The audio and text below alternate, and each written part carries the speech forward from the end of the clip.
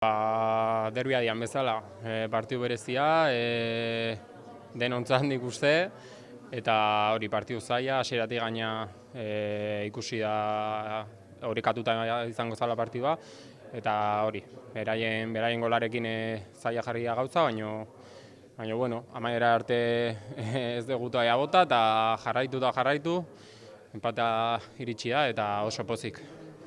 Hori, oso pozik, debutagatik, gainera zelai berezi batean niretzako, eta oso pozik gainera enpatea lortzeagatik, eta oso gustora, ezin dut besterik esan.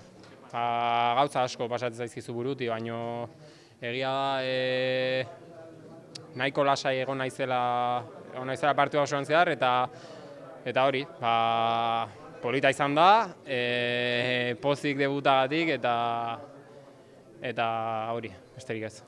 Bai, partidu guztietan bezala, beti amaiera arte lehiatzen, konpetitzen, gauzak zaila jartzen aurkariei eta hori, taldea oso lan ona egiten ari da jardunaldi guzti hauetan, eta aurrera jarraitu behar da, oso momentu politean gaude eta hori, aurrera jarraitu eta aurrengo partiduan pentsatzen ja.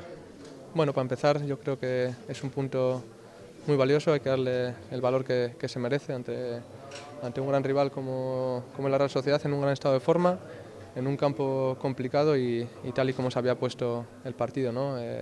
Cuesta arriba, con un gol en contra y con un hombre menos, y el equipo ha querido hasta el final, como siempre hacemos, y al final hemos obtenido el premio del gol y nos llevamos un punto. Sí, muy satisfechos con la actitud, con el trabajo del equipo.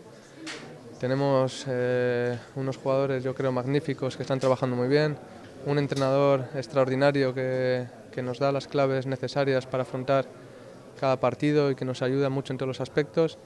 El equipo cree en él, vamos todos en la misma dirección. Y cuando se consigue eso, yo creo que es más fácil que lleguen los buenos resultados, como estamos viendo en la dinámica que está el equipo, ¿no? que a todos los rivales les cuesta ganarnos.